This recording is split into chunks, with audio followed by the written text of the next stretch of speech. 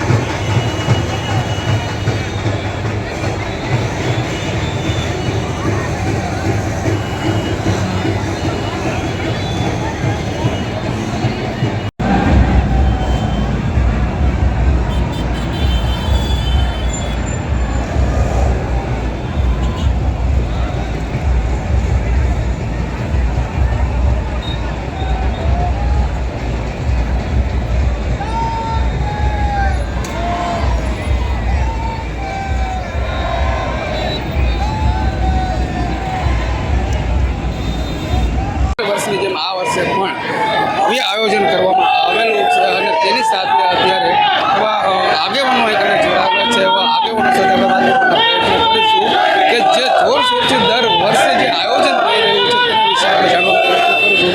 શું નામ છે? મારું નામ રમેશભાઈ મુછડિયા અને આજે ડૉક્ટર બાબા સાહેબ આંબેડકર 133મી જન્મ જયંતિ હોય અને સમસ્ત અનુસૂચિત જાતિ સમાજ દ્વારા રાજકોટના તમામ એરિયા, સિટીના હોય, ગ્રામ્ય વિસ્તાર હોય, જિલ્લાના હોય, તાલુકાના હોય, આજે તમામમાંથી આપ તમે જોઈ રહ્યા છો કે જબરદસ્ત રેલી સ્વરૂપે રેલી કાઢવામાં આવી છે ડૉક્ટર બાબા સાહેબ આંબેડકર 133મી જન્મ જયંતિ નિમિત્તે। જે ડૉક્ટર બાબા સાહેબ આંબેડકર જેમણે નારીને મુક્ત કરી, બંધનમાંથી મુક્ત કર્યા, દલિતોને મુક્ત કર્યા। દલિત એટલે કે જે પણ બ્રાહ્મણથી માંડીને વાલ્મીકી સુધીને તમામ જે શોષિત પીડીને વંચિત લોકો હોય એમને દલિત કહેવામાં આવે। શોષિત વંચિતોને મુક્ત કર્યા અને બધાને એક સમાન અધિકાર આપ્યો। કોઈને નોકરીનો અધિકાર આપ્યો, કોઈને શિક્ષણનો અધિકાર આપ્યો, કોઈને બિઝનેસનો અધિકાર આપ્યો। આવો તમામ અધિકાર ડૉક્ટર બાબા સાહેબ આંબેડકર આપ્યા અને ડૉક્ટર બાબા સાહેબની 133મી જન્મ જયંતિ આજે હરેક રાજકોટના જિલ્લામાંથી કાઢવામાં આવી, હોસ્પિટલ ચોકમાં પહોંચ્યા છે। અમે આંબેડકર નગરની અંદરથી પણ રેલી કાઢેલી છે અને બીજા મવડી ગામથી પણ રેલી કાઢેલી છે, સાપરથી પણ રેલી કાઢેલી છે, જે આજે રાજનગર ચોક થઈને હોસ્પિટલ ચોકે પૂર્ણ કરશું। રાજકોટની અંદર જબરદસ્ત માહોલ છે, જે આપ નિહાળી રહ્યા છો, જે આજે હજી સુધી મારા 42 વર્ષની લાઈફમાં આવો મેં માહોલ જોયો નથી। આ પ્રથમ વખત આવો માહોલ જોઉં છું।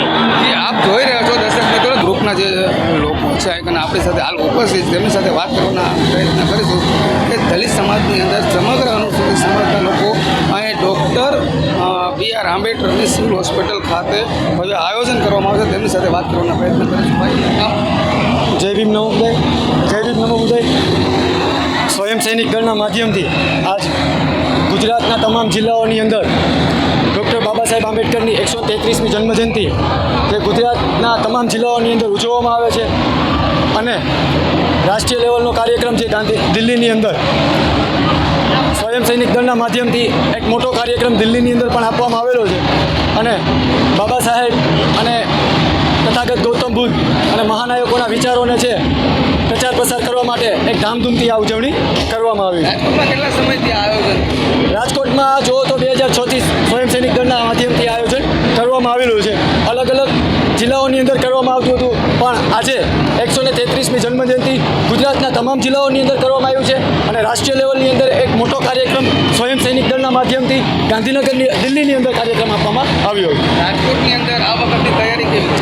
રાજકોટની અંદર આ વખતે ઠેર ઠેર જગ્યાએ ધૂમધામથી અનુસૂચિત જાતિના લોકો બહુ સારી રીતે ઉજવણી કરી રહ્યા છે. જેમ એક દિવાળી હોય એવી રીતે ઉજવણી કરી રહ્યા છે. મીનાબેન સરવૈયા છે